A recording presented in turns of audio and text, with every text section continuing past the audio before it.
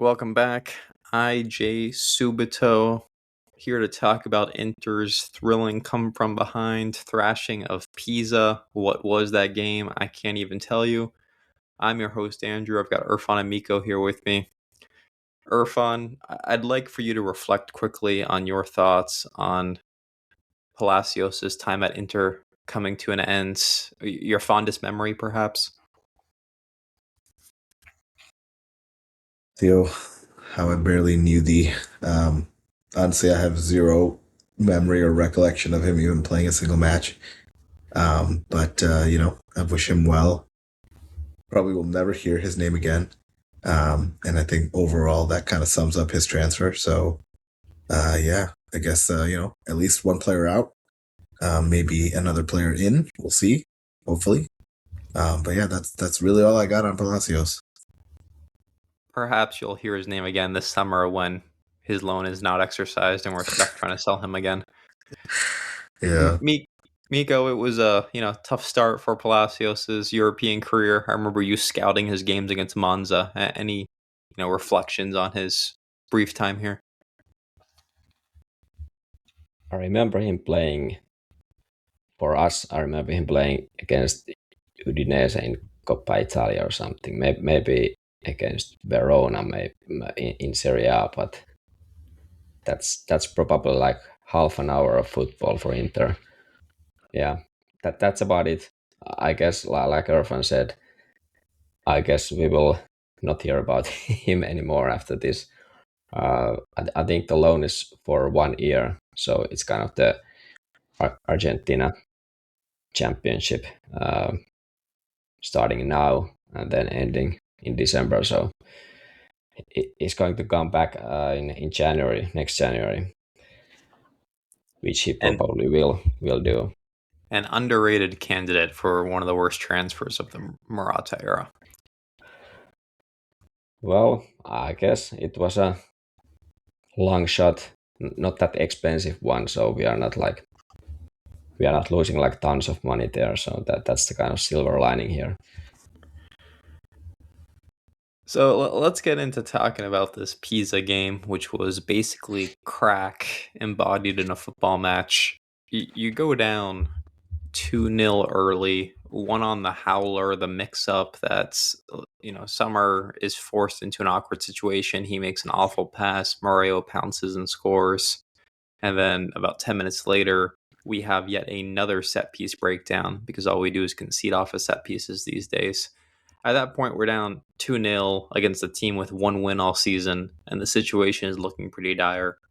Before we get into the comeback and the improbability of that, I think we should have the Sommer conversation because the calls for his head are just growing louder after this performance. Both the goals that were scored could have been prevented. The XG on them was something like 0.19. It's been a tough year. We continue to concede more goals than we should be, given the quality of chances we're allowing. Irfan, where are you at with Sommer? What do you think is going to happen, and what would you like to see happen? It's interesting. I think I tend to be more patient with goalkeepers than a lot of Inter fans. I remember late in Handanovic's tenure, I feel like it became sort of like a fad to like blame him for goals that really no goalkeeper could save. But I do think in this case with Sommer, there's a pretty clear decline. But I still want to say there's like two sort of distinct things happening, right? One thing happens where you have a goalkeeper that keeps making pretty egregious mistakes and starts to like tangibly cost you points.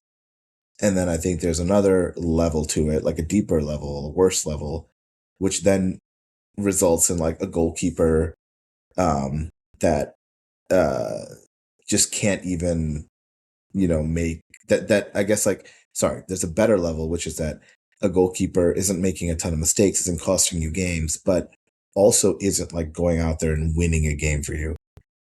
I definitely think Sommer's at this point now where he's not going out there to like win us games. Like he's no longer an advantage for us as a goalkeeper where he's going to stand on his head and make some saves that will be the difference between 1 point and 3 points or 0 points and 1 point. Like, I don't think he's at that level. But all goalkeepers do make mistakes. So, like, the mistake he made for the first goal, it was a pretty egregious mistake. And I think he's been making more of those this year than he has previously. But still not, I think, at a rate that's crazy. So I guess, like, the way I'll sum it up is that I do think he's at the point where there's definitely a decline. He's not out there saving us in games like some goalkeepers are. And that I think you do need as a goalkeeper if you're a serious contender on any front. But I don't think that, he's making so many mistakes either where it's just like absolutely brutal. The and like, I guess the way I would describe it is that in that first goal against Pisa, he's clearly at fault. On the second goal, honestly, there's a bunch of fans who are saying, "Oh, it should have been." That's also on Sommer. I don't. Again, there's times where there's like a defensive lapse or something happens, and I don't think that any goalkeeper is really at fault in that situation. Where, like, the second Napoli goal, I think, was another example where people were like, Sommer should have done better. I'm like, should he have? I'm not sure he should have. I don't think any goalkeeper can really do that. Like, when the ball comes in from like totally almost going out of bounds, and then like the shot's like 2 feet in front of him. Like, it's really hard, I think, to like blame him for not making that save. So some criticism is warranted, some isn't.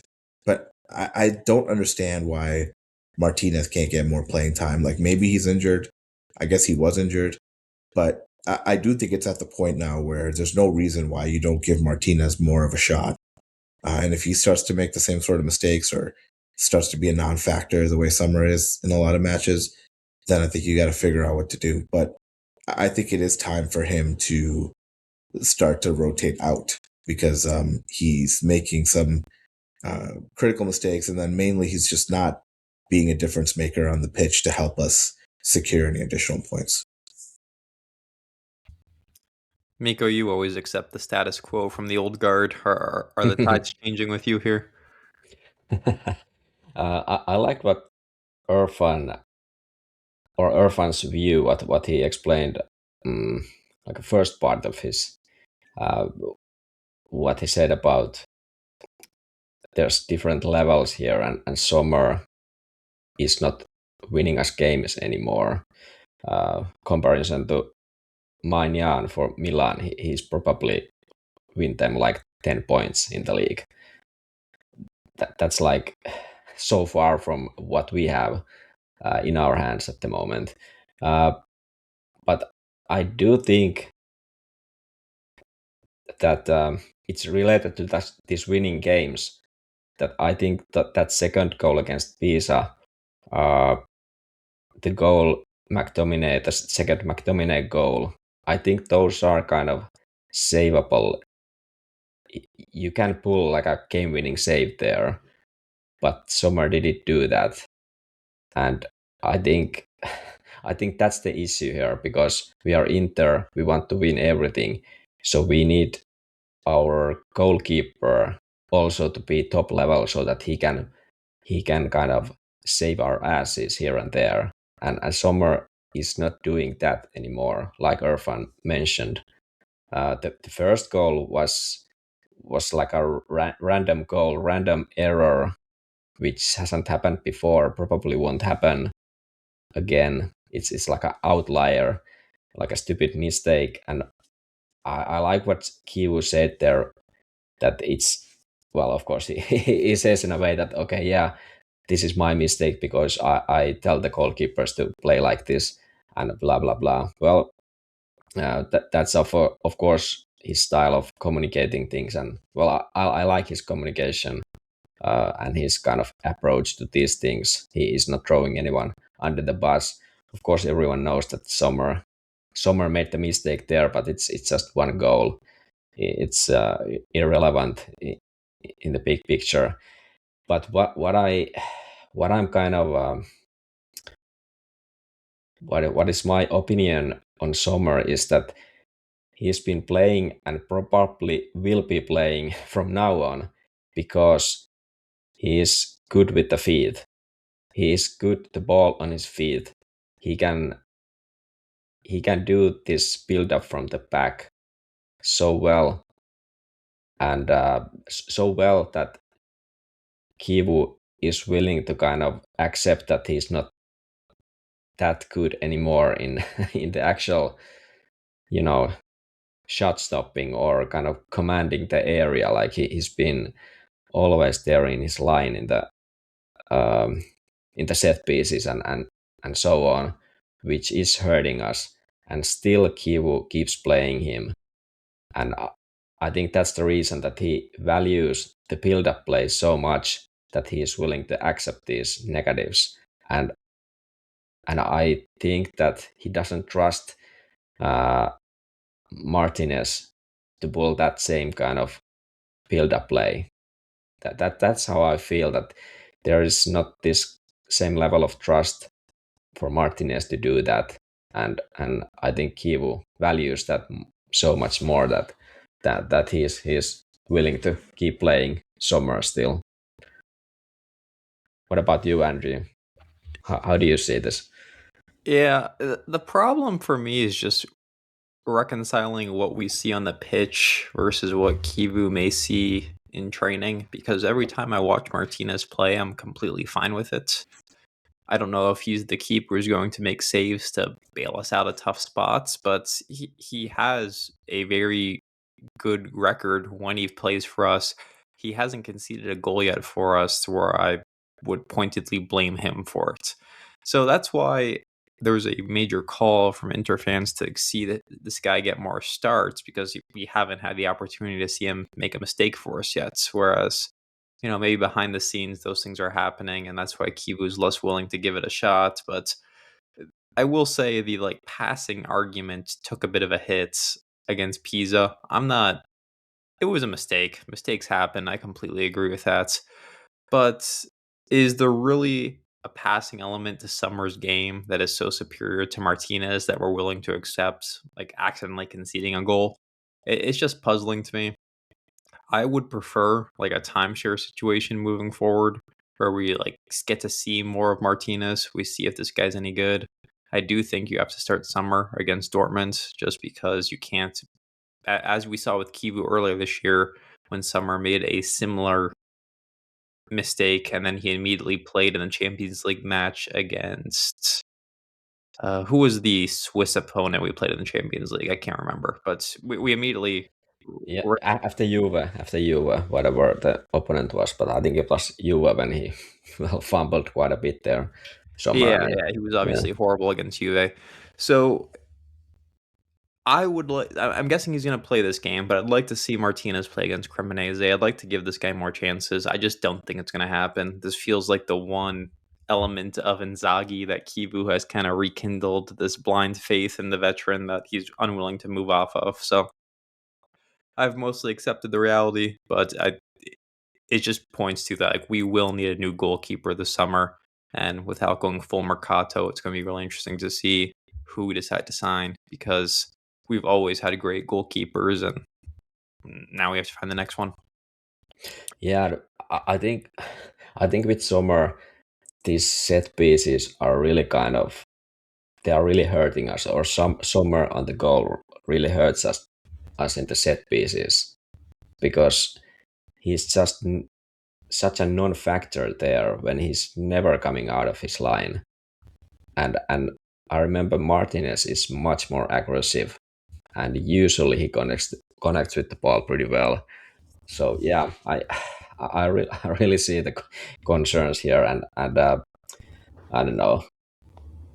I remember the feeling I had when we conceded that second goal after this, even though the header was pretty free, so not that easy for the keeper to save it, but still, kind of, camera was shooting straight at Sommer after that goal. Like you can't get that, and it's yet another set piece goal conceded, and I think we almost conceded a third goal there at the end of or 75 minutes or something. I remember there was this dangerous set piece and almost free header But yeah, we can come back to that later. But all in all, the set pieces, I think those are a concern kind of defensively, like our goalkeeper cannot help there much. Yeah, the funny thing, and we can talk more broadly about the Pisa game now, is I thought we played great against Pisa throughout the match because I was commenting even before we conceded the two awful goals that like we came out with the right intensity in this game. I don't know if Pisa touched the ball in our half for the first 10-15 minutes of this game. Like we had them completely pinned back. We were taking the game to them and it felt like it was just a matter of time before we scored a goal. And then you concede the two inexplicable goals. You made a great point about Sommer struggling so much on set pieces. I'm sure part of it's just his height, and he has never looked too comfortable claiming crosses. But it feels worse this season, that's for sure. And you see how many goals we've conceded on set pieces this season. It has been a major step back from where we've been at in previous seasons, despite having really a similar cast of defenders. So you're either blaming the zonal marking or you're blaming Sommer or you're blaming a combination thereof. But anyway, back to the Pisa match. We were honestly great. Like throughout this game, like we were dominant. And then you concede the two goals that you shouldn't concede. And I think any Inter fan who is telling you they weren't worried is lying. Like there was to have to score 3 goals against the Pisa side that was looking like they weren't going to crack. It was an uphill battle, but I think we start with the sub that changed it all. The bold decision from Kivu to go take off Luis Enrique, put DeMarco on the pitch, slide DeMarco over to the left side after taking off the right wing back, and it was the decision that changed the game. So Irfan, what was that substitution? Was that an admission of something about Luis Enrique? Was that just how good DeMarco is this season? What about that sub worked out so well?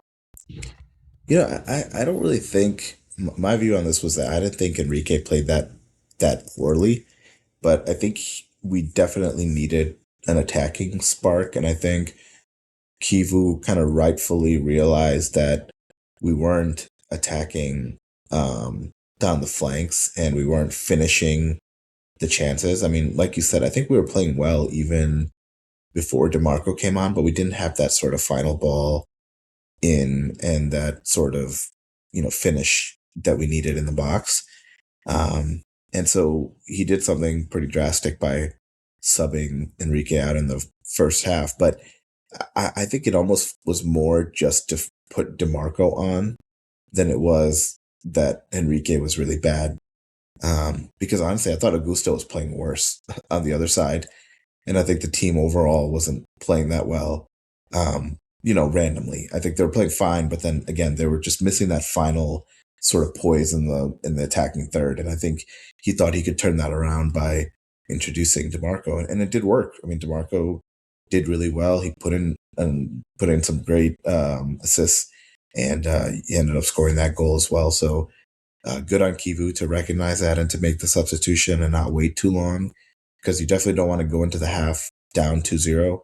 That allows the other team to sort of also make adjustments and kind of settle down and kind of grind it out. And so I was glad that he made the move when he did, but I personally thought that it spoke more to just figuring out a way to get one of your better sort of finishing players on the pitch than it was that Enrique was really poor.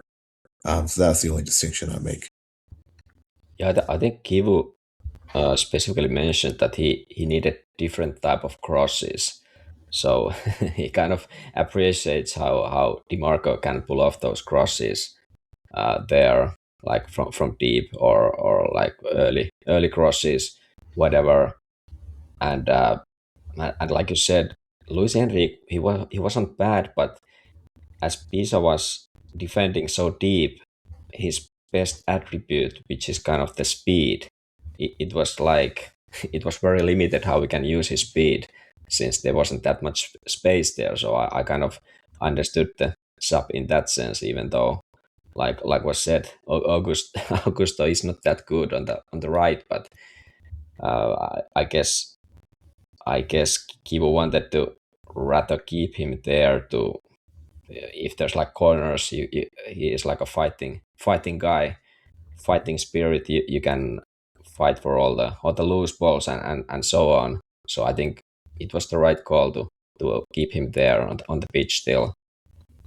As Luis Enrique is a bit different profile than Augusto. It was a great sub and good reaction. Kind of understand the moment. Kind of have the finger on the pulse of the game in a sense that okay, now we need to push forward even more. And I think after that second goal, we kind of we even like the intensity of the game or the tempo, we just like increased that even more, and it was pretty kind of we when the game restarted, it was almost like a rage from Inter, like okay, now we are like really pushing. Bastoni was there running in attack, and there was a lot of this conviction that okay, now we're gonna need to score these goals, and we're gonna do that, and that's what eventually happened. Pretty in a like a short period of time. Yeah, I tend to agree with you both. Like, I don't think Luis Enrique was the problem on Friday as much as this is a reflection of the form DeMarco's in, and we tried to get away with benching a lot of our best players, Brella, DeMarco, etc., to start this match, and we were no longer in that luxurious position after we conceded a couple early goals. I was commenting during the match, I wanted Kivu to make a first half sub to send a message, because it's just unacceptable to be down 2 goals at home against Pisa in the first half. So obviously it worked out great, the decision, but the part of this that I don't want to understate is the miracle of scoring 3 goals in the first half in what was like a 15-minute window. Because think about how different this game is. Let's just say we get 1 goal going to the halftime and we still need 2 goals in the second half. Or it was 7-minute window or like 8-minute window. Yeah, right, because Zielinski's penalty came in like the 39th minute. So yeah, it was just an insane turnaround. Yeah.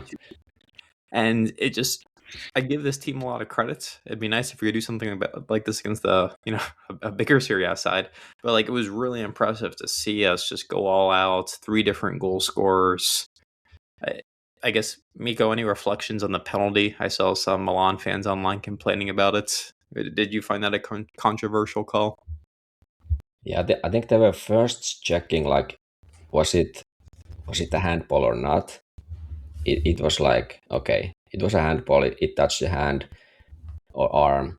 I think there was some discussion that okay, is this because I think it first hit the chest or something. So that's maybe the controversy, I guess. I don't know. I haven't seen the talks, but I was seeing this one account which is kind of explaining these decisions. Is it an error or not? And it was concluded not an error because that was a shot directly going towards the goal, and especially the arm was kind of spread already before the shot left. So that was a legit goal. I think they were also checking did Carlos Augusto used his arm or hand to trap the ball, I don't know, 10 seconds before the penalty goal when there was some aerial ball and he trapped the ball and then passed to Sucic or someone, but that wasn't called either. So I think it was a legit goal. The last point I want to maybe hit on from the Pisa match, we don't need to talk about the second half too much, but Irfan, any shots on our friend young Ebenezer, who came on, I want to say at the half, put in a good 45 minutes? Did you see anything from him that makes you think you want to see him back at Inter next year as part of the midfield rotation? Do you think he's another candidate for a loan? Or maybe did you even think, wow, this guy doesn't belong here? Any thoughts on young Ebenezer? This is where we really need Jay. He tends to focus in on the young bucks a lot. But no, honestly, I thought he was fairly anonymous on the pitch when he did come on. But to be honest, I thought no one on Pisa's team really stuck out. I mean, I know that one guy had both of their goals, but again, given the way that he scored, I just didn't think that even he was that impressive. So, no, not a lot of thoughts, honestly. I mean, fine, rolling the dice on a young player and letting them come in and try to earn a spot, but no, I didn't see anything from him that made me think we could use somebody like this, or oh, he deserves a shot at Inter, or that he's improved in some way. I thought he, like most of the Pisa team, was pretty anonymous, to be honest. I don't know, did you guys see anything that you thought was promising, or the other way? I mean, you've hitched your wagon to worse youth players before Irfan. You know what I mean? See, in all those cases, there's something there that I see. Something. This guy just didn't see much of anything. But yes, I'm willing to concede on Aslani. Didn't quite work out, but yeah, you guys tell me. I don't know. I didn't really see anything of note there. It's like he was kind of there, but it was very anonymous. But I'm not sure it's really his fault. I feel like the whole team set up by then was sort of head scratching. Mikko, any thoughts on young Ebenezer? I think his ball control is pretty good, but yeah, I gotta be honest. I don't focus that much on opponent players, especially as Irfan kind of referred in a match like this where they are playing against us at San Siro. So it's a bit tough to kind of be the bright spot there when you are the opponent team. I didn't see much either, but I think he's pretty good with the ball. That I will say. He can pass and he can kind of control the ball. Let's see what is going to happen in the summer with him. I guess he will join our first team at least in the preseason. But let's see. That was kind of my takeaway as well. I was impressed with his passing during the game. I thought he had a good understanding of the game, and like his passes were on point and they were smart decisions. He wasn't just recycling the ball backwards or anything like that. So I think he's definitely earned a spot in the midfield discussion for next season, especially if we're going to be short a couple players, if Fratesi leaves and whatever else. So I'm intrigued anyway. I always try and, he's one of the more promising youth players we have. He was with the Nigerian national team at AFCON. So I'd like to see us, give the guy a chance. Let's quickly talk Mercato. Not much happening. The real discussion right now is whether or not Perisic comes back. Apparently he's pressing. He's putting the pressure on PSV for them to let him come. He definitely wants to come back. It's just a matter of, we're willing to pay for him. It's just a matter of our PSV willing to let him go. Their Champions League fate took a major hit last week when they lost, and as a result, their likelihood of continuing in the competition has taken a hit.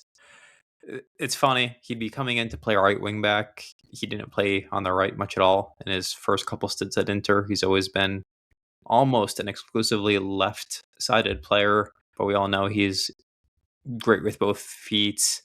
It wouldn't surprise me if he's at least competent on the right-hand side. I saw some stats that he's been playing on the right a bit for PSV.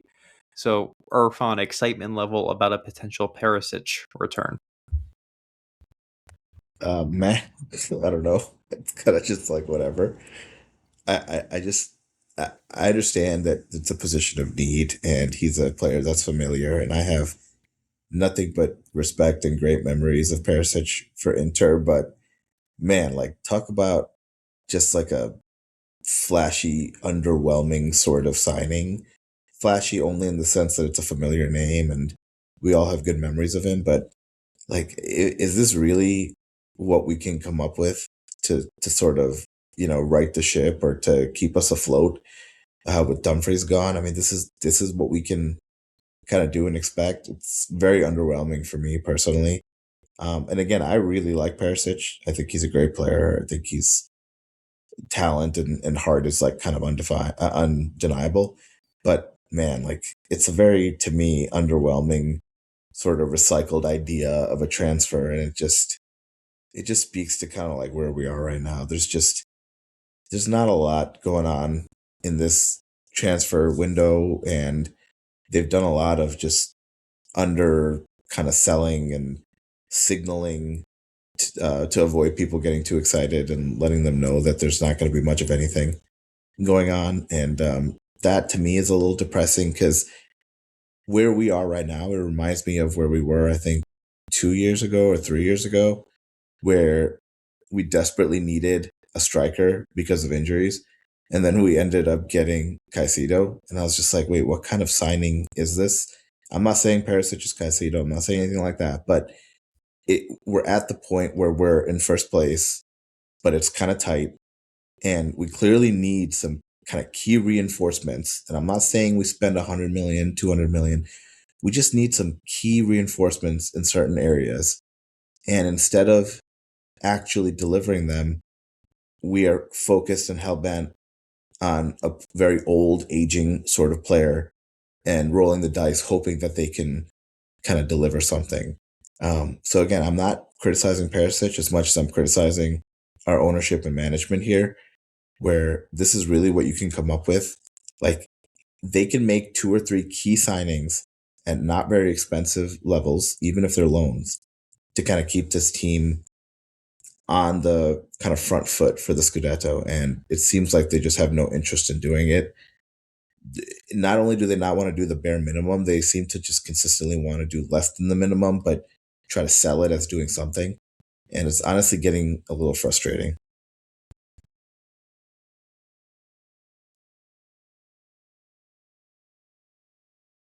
It's not a creative solution to the problem, that's for sure. I mean, this is kind of peak Inter right here. You're going back for a name everyone knows. There's no creativity to the signing. This is being done based on cost, but you're signing a guy who's about to turn 37 years old. Might lower the average age of the squad. Who knows? But I don't know what to make of this. We're so bad at signing these wingback type players. We can just rattle off a list of doomed signings over the past 10, 15 years. So going for like a known commodity is not the worst thing, especially when we just need to tie ourselves over until Dumfries comes back. But there's also like these broader talks of there being interest from Turkey for Luis Enrique, which I do not believe for a second, for the record. But it just makes the calculus of this all just very strange to me.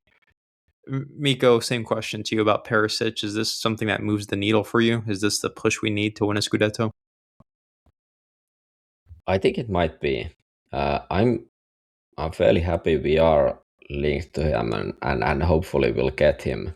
But I agree what Irfan said that that is this really the best we can, like what the top level guys can bring to Kivu? Like, is this the thing they can deliver? It's really kind of underwhelming in the big picture, especially when the Mercato was opening, and if we have assumption there's money we can use, I still believe there is money we can use, could use, or could have used, but this is like, in a sense, really underwhelming kind of result of the effort we put in the Mercato, because like Irfan said, there's a Scudetto in the line. That wasn't the target or demand for Kivu when the season started, but it would be nice to react to the fact that we are topping the table and we can really win the Scudetto, but we are stacked with these matches, and we need more output, and Arsenal match was a good example of kind of proving the point of this team is lacking this certain impact, like they can't, they need the help from the bench, and there wasn't that much help on was it Wednesday, Tuesday against Arsenal from the bench, and I think we need more, and that's why it's underwhelming. But at the same time, I feel Perisic will be very good addition to kind of ease Luis Henrique's kind of the pressure on him, because he has played like 10 matches as a starter now out of 11, or 11 out of 12 last matches. That's insane. He is in a role where you need to keep kind of running up and down the flank all the time, and he's supposed to start all the time these matches, and that's why I think getting veteran like Perisic will help a lot, because he can be, even if he's not starting games, you can always put him in on the right flank or the left flank, like secure the result and so on. Many times we've been in a situation that, okay, rather take Luis Enrique out of the pitch because we are like winning one goal, but there's not that much options on the bench like what we can do. In that sense, Perisic is like a perfect for that role. So I'm seeing it as a positive signing, but at the same time, the whole Mercato is such a kind of, not a disaster, but if we can't get Perisic, that's a total disaster. That's like a total disaster if we can't get anyone, or it's someone worse than Perisic. That's unacceptable at that point.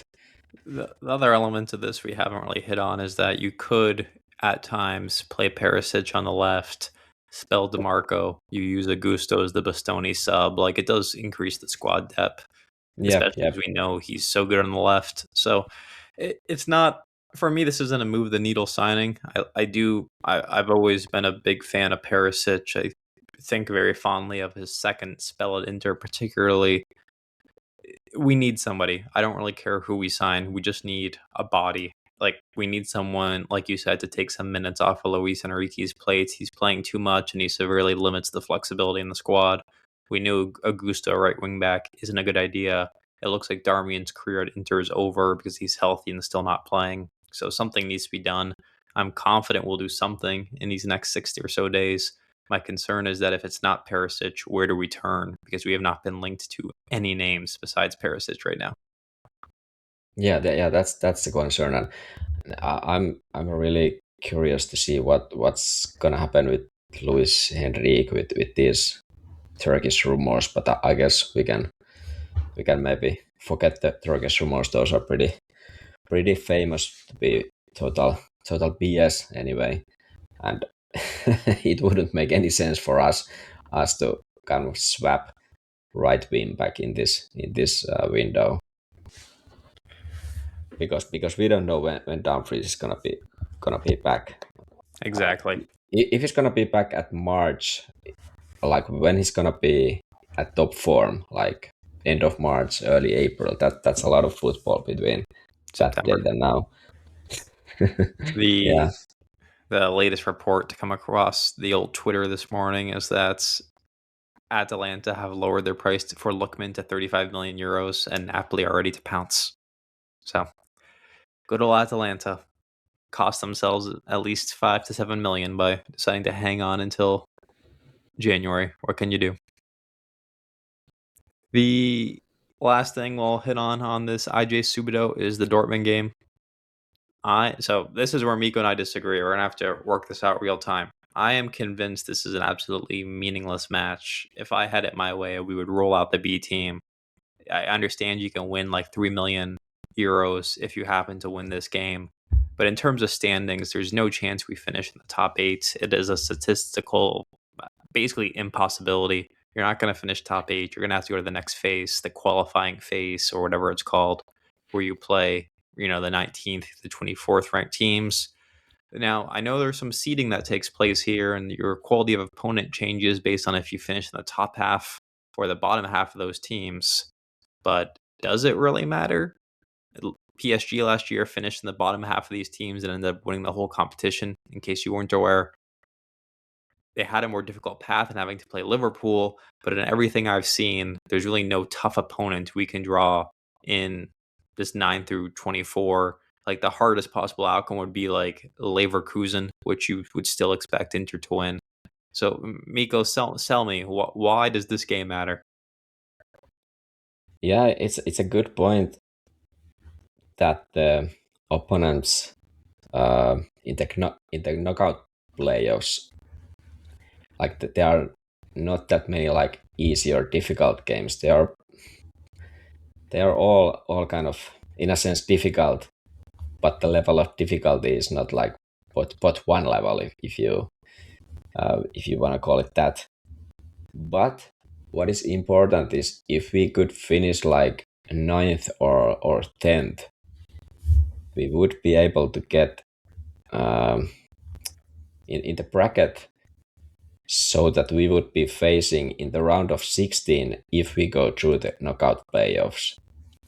Then we would be facing teams who are not at the top of top table, like in the league phase, top of the table.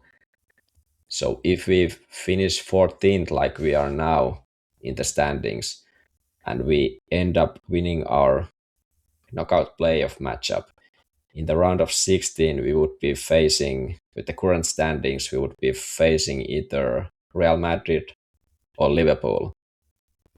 If we were 9th or 10th, with in the current standings, we would be facing Newcastle or Chelsea. I know which matchup I would be taking. I would be taking the latter one and not Real Madrid or Liverpool at that point. Why? But You said Liverpool, we should have, gotten the point, and we were screwed by VAR. yeah, but we would be going to the Anfield as well. We've already won there think, this decade. Yeah, I don't think I'm going to take Liverpool ahead of Newcastle or Chelsea. That much I know. So, What's Irfan, as someone who still does not understand the new Champions League formats, do you have any thoughts? No, I have absolutely no thoughts because I don't really get it. I'm kind of just waiting for this week's matches to be over, and then we'll just kind of, someone will tell me who we're playing, and then I guess we'll just go from there. But I don't like it. I miss the old groups, man. I'm resistant to change, I guess. As I said on my record-breaking smash hit, hotly viewed podcast with Jay midweek, I'm just disappointed we have to play these extra matches. We're going to have to play a Champions League match immediately following the Juve fixture, which sucks, and that's a result of us dropping these 3 in a row. So I completely agree that I'd like to see us at least get a point against Dortmund so we can end this Champions League losing streak. You never want to lose. So, don't get me wrong, it's not like I'm trying to throw the match. But would I lean on the side of heavy rotation for this game? The answer is definitely. I'd love to see Pio start in a big environment. I'd love to see Bonnie start, something like that. It seems like it's going to be a high-scoring game. Everything I read is that Dortmund's defense is awful. They have a great attack, but they concede a ton of goals. So I say we lean into that and try and have a 4-3 barn burner. I kind of feel that way just generally about the Champions League. I'm not going to lie. I don't really care. We've been to 2 finals in the last 3 years. I know from a revenue standpoint, it matters for the club. But honestly, why does it matter? It's not like all of these deep runs that we've made in the Champions League, they've done much with any of that money. And again, you can focus on the whole, we're riding the ship and it makes us not have to make a sale and all that. But honestly, just getting into that entire discussion is irritating as shit. And so I really just don't care about the Champions League anymore.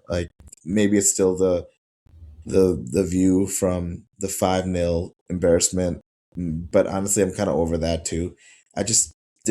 To me, it's either you win the Champions League or it's whatever.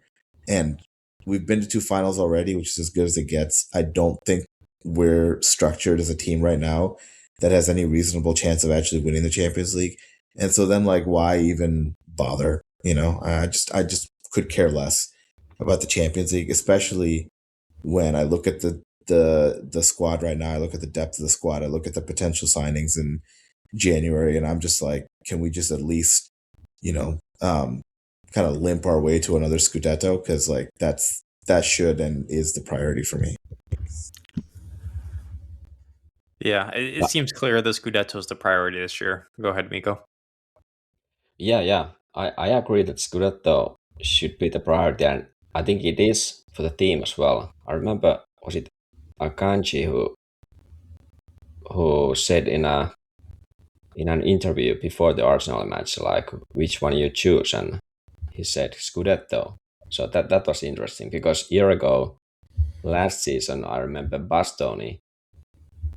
He was saying that would you rather take Scudetto or getting to the Champions League final? And he was saying Champions League final. So I think it's a different case now for the team that they realize that they lost the Scudetto and we need to take it back now to the owners who like we should be the winners, and I think that's the focus now. The 2 extra matches, that's really that's gonna suck, and that will kind of hinder our Scudetto race as well, which with it how to say it, the extra matches will kind of not block anything, but it will make it harder to have success in either of these competitions, which is unfortunate. But that's you need to eat this since you keep losing those games in the Champions League. So what can you do? You can just blame yourself, save yourself for that. But I would want to go to Dortmund and not kind of kind of not go there with the reserve team and just go there and try to play the game and whatever. Okay, we concede some goals, and I wouldn't want that. I would want to play a proper game there and try to win it. But we need to save Lautaro for Cremonese. Yeah, that is true. But I would actually see that we could start with the Bunny and Pio up front and then bring in Lautaro when needed or if needed. Yeah, I don't know. We need the conqueror of Cremonese fresh. We need him fresh. That's right. That's my point. But it's you'll laugh, but we need those goals too. No, I completely agree. I'm actually at peace now with Lautaro. I am totally at peace because honestly, I see it. We need somebody. How who would can you have score. beaten Pisa without his contribution, yeah. right, Irfan? No. You need look. Honestly, you need people who can reliably score against shitty teams, or you end up being like Milan, where like you might be able to show up against like top opposition, but then you end up dropping points to like the lower half of the table, because you can't find any player who can consistently score for you. So Lautaro has great value to me in any Scudetto race. I just hope and wish that he would actually do something against an opponent worth a damn, but I'm not discounting how important he is when we need goals, including like this Pisa match. But before we close on this and Pisa, I just want to say, like, honestly, the only player right now, I mean, look, we know what we have with the DeMarcos, Bastonis, and Barellas, and people who would be considered our top players. Like, we know what we have with that. But there really is something so exciting about watching Pio do what he does. Like, it's like a breath of fresh air, I think, for any jaded Inter fan, because, despite Jay hating on him sometimes, like, I think it's undeniable that the guy is just so hardworking and he brings so much energy and like actual strength to the pitch. And like one of the biggest complaints I have, especially with our midfield, is that they're a bunch of wusses. Like we don't out physical anybody in our midfield. Like I like Barella, I like Hakan, I like Mkhitaryan. I know what they can do. They're skilled, but man, they lack such physicality. Like, it's unbelievable in matches when you got people like, McTominay and Rabiot and Thuram, like, just out muscling us in the midfield. and players who I think are, inferior talent-wise, but are just either stronger or taller and bigger and just faster. Like they just physically outdo us, and it's embarrassing to see at times against good clubs. But man, Pio is just every time he touches the ball, he's like getting fouled. He generates like so much attention and does such a good job of feeding that. And then he's so good at getting into the box and finding himself in a position. Like if he continues to work on finalizing his ability to deliver in the box and just place shots better and get shots off better, like he's going to be a force. Like it's just nice to see a young player generate that sort of excitement. For me, at least, it's kind of like what you're getting with all these other players, but when you look at Pio, and then honestly when you look at Bonnie too, there's just so much potential there. It's like the only two sort of players that I'm excited about on any given day is to watch these two guys. So props to them, and for a podcast that gets focused too much or gets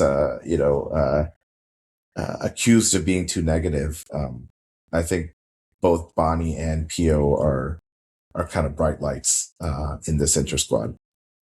I do think this kind of ties back to what I was talking about with Jay midweek. We're kind of tired of the core. Like we've seen these guys for too long. We're coexisting in the relationship, whereas the new shiny young toy has caught our attention. And when you see the impact Pio has when he comes on against Arsenal or he starts against Pisa, like there's no doubt this guy is making big impacts on matches. Yeah, in the Arsenal match, it was funny that when Pio came in and he caused quite a lot of trouble there in their defense. I think Arteta took Mosquera off and put Gabriel in because Pio was causing such a trouble there. That was really, it was kind of good performance by Pio there, even though the rest of the match then ended up being kind of nothing from us. But that's not on Pio. And then obviously against Pisa, he was there to score the winner and was kind of, is this kind of influential there, even if he doesn't touch the ball. Like you just need to focus him that much since since he's such a force. He's such a strong guy and not kind of a Lukaku level yet in terms of being this kind of presence there, but I think he's getting there, and I don't know, he could even become better player than Lukaku. Who knows? All right. Well, we've gone on way too long, especially for a Subito, so we should probably wrap this thing up. I'll let Mikko do a hot betting tip. There are a couple of good hate watches coming up this afternoon for Serie A. You have the Juve Napoli game and you have the Milan Roma game. So two worthy candidates, but those matches will both be over by the time you are listening to this podcast. So we have to pivot and go for a Champions League hot betting tip from Mikko. So Mikko, please tell me what's going to happen midweek when Napoli play Chelsea. Yeah, oh man, fucking Conte. He's such a loser there in that competition. I'm gonna hope for the best now because we need Napoli in there. So I'm gonna go Napoli winning 3-2. It's gonna be quite a fight, but Chelsea, I think Chelsea is fighting for the top 8 spot, I guess. Let's see, they are 8th at the moment. Yeah, there is a chance every English side finishes in the top 8. Yeah. Let's go with Napoli 3, Chelsea 2, and we get Napoli in. Well, that's not certain still, even with the win. But yeah, we go with Napoli reaching the 11 points, and let's see then what happens. All right, you heard it there first. We'll wrap up there. Thank you all for listening. Mikko, please do the honors. Forza Inter. That's right. Catch you all next week.